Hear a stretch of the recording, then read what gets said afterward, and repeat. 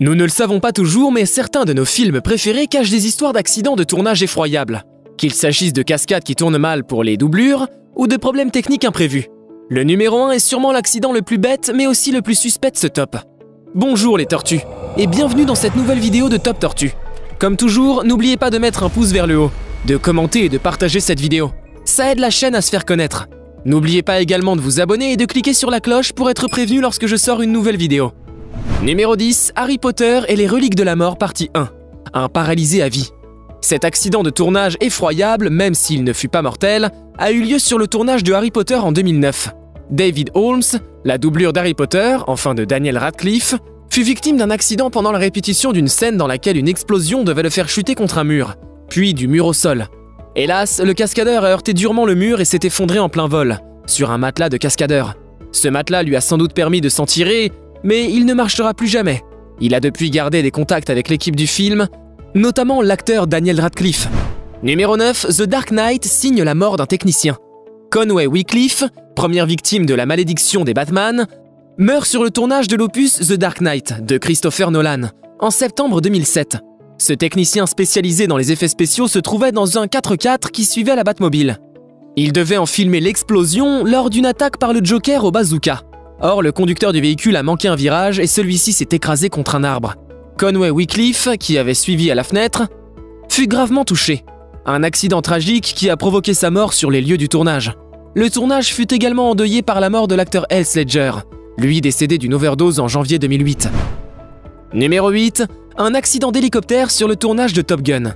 Top Gun de Tony Scott est sorti en 1986. Or, en septembre 1985, alors qu'il était censé filmer plusieurs plans du film depuis son avion, un pilote de haute voltige, le cascadeur Art Skoll, a dû faire face à un problème technique à bord de son appareil. Il n'a jamais pu le redresser et s'est crashé dans l'océan Pacifique, au large de la côte californienne. Le pire, c'est qu'il n'a laissé aucune trace, puisque ni lui ni son avion n'ont jamais été retrouvés. Le film, lui, est d'ailleurs dédié. Les causes de l'accident ne furent jamais élucidées non plus. À votre avis, était-ce vraiment un accident ? Numéro 7, 3, une série d'embêtements et un accident mortel. Le tournage du film 3 de Wolfgang Petersen ne fut pas placé sous une bonne étoile. Tourné en 2003, il connut une série d'ennuis jusqu'à un accident de tournage effroyable, conduisant à la mort d'un figurant. D'abord Brad Pitt, qui interprétait Achille, se blessa, très ironiquement d'ailleurs, au talon d'Achille durant une scène de combat. La nature s'en mêla, puisque deux ouragans détruisirent une partie du décor du tournage, ayant lieu sur la côte pacifique mexicaine. Enfin, c'est un figurant, George Camilleri, qui se blessa à la jambe, lui aussi pendant une scène de combat, et mourut des suites de sa blessure 2 semaines plus tard. Numéro 6, l'Arche de Noé et des figurants noyés. L'Arche de Noé, Noah's Ark, est sortie en 1928. Le réalisateur Michael Curtiz voyait grand, et réalisait un des films les plus gigantesques de l'histoire de la Warner. Mais pour être plus réaliste, il n'hésita pas à employer des figurants, alors que son chef opérateur lui avait pourtant bien conseillé d'utiliser des figurines. Peut-être une mauvaise compréhension du mot. Dans tous les cas, une fois la scène terminée, ils retrouvèrent 3 figurants noyés, marinant dans leurs costumes lourds trempés par l'eau froide. C'est ce que raconta l'un des caméramans, mais aucune plainte ne fut jamais déposée. Et le réalisateur continua gaiement sa carrière sur pellicule en noir et blanc. Numéro 5, Taxi 2 ou le vol planté. En l'an 2000 sortait le 2e volet de la saga Taxi. Sami Nasseri interprétait Daniel, un chauffard de la route drogué à la vitesse. Le tournage avait lieu à Paris et la circulation avait été coupée entre le tunnel de la Porte Dauphine et la Porte Maillot. Pour l'une des cascades, le taxi lancé pleine balle devait rouler sur un tremplin, sauter au-dessus de 2 chars de combat stationnés et atterrir sur des cartons, censés l'aider à ralentir. Hélas, le cascadeur a raté son coup, et le bolide est arrivé à 15 mètres de sa destination, fauchant le caméraman Alain Dutartre et provoquant sa mort.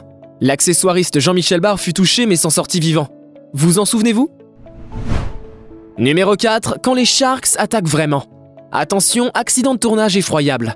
Sur le tournage de Shark, en 1969, José de Marco, cascadeur, devait lutter contre un requin étourdi par des calmants. Le requin mal endormi a visiblement été affamé et a déchiqueté le cascadeur, littéralement.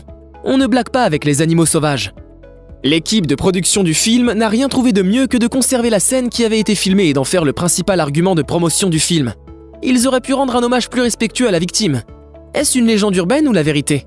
En tout cas, le réalisateur Samuel Fuller s'est désolidarisé de la sortie cinéma et avait même demandé à retirer son nom du générique. Numéro 3, Resident Evil, chapitre final, pour un technicien et une cascadeuse. Le film Resident Evil, sorti en 2016, connut non pas un, mais 2 accidents de tournage effroyables. L'un mortel, l'autre non mais terriblement dramatique également. Ricardo Cornelius, technicien sur le tournage, est décédé suite à la chute d'un Hummer qui avait glissé d'une plateforme. Sa femme n'a jamais pu obtenir plus d'informations de la part de l'équipe, qui n'a jamais répondu à ses questions. Mais ce n'est pas tout. 3 mois plus tard, la cascadeuse Olivia Jackson, qui doublait Mila Jovovich, fut défigurée et amputée du bras gauche suite à une cascade à moto durant laquelle elle a été emportée par le bras métallique d'une caméra. Numéro 2. Mort de 2 enfants sur le tournage de La 4e dimension. Un accident de tournage dramatique. Le film La 4e dimension fut tourné en 1983. Il s'agissait de l'adaptation de la série du même nom. C'est dans le segment tourné par John Landis que l'horrible accident est survenu. D'autant plus horrible que 2 enfants ont perdu la vie. Mika Dean Lee, 7 ans, et Rini Shin Yi Shen, 6 ans. Lors du tournage d'une scène de la guerre du Vietnam, un accident d'hélicoptère décapita les 2 enfants, et l'acteur Vic Morrow. Le réalisateur a été poursuivi en justice compte tenu des risques qu'il a fait prendre à ses acteurs, mais jugé non coupable. Sûrement l'accident le plus tragique. Qu'en pensez-vous? Numéro 1, The Crow, ou la mort de Brandon Lee. Brandon Lee, le fils de Bruce Lee, jouait le rôle principal dans ce film sorti en 1994. Dans l'une des scènes, il se fait tirer dessus avec des revolvers supposés être chargés à blanc. Manque de bol, l'une des balles lui transperce l'estomac. L'une des vraies balles dont était chargée précédemment l'arme était restée fixée dans le canon. Il s'effondre et meurt à l'âge de 28 ans. Il a fallu compléter numériquement les scènes suite à sa disparition. Son père avait également connu le même sort sur le tournage du Jeu de la mort, sans y laisser la vie. Depuis flotte la légende de la malédiction d'Eli. Que pensez-vous de ce top? Vous êtes d'accord avec le classement?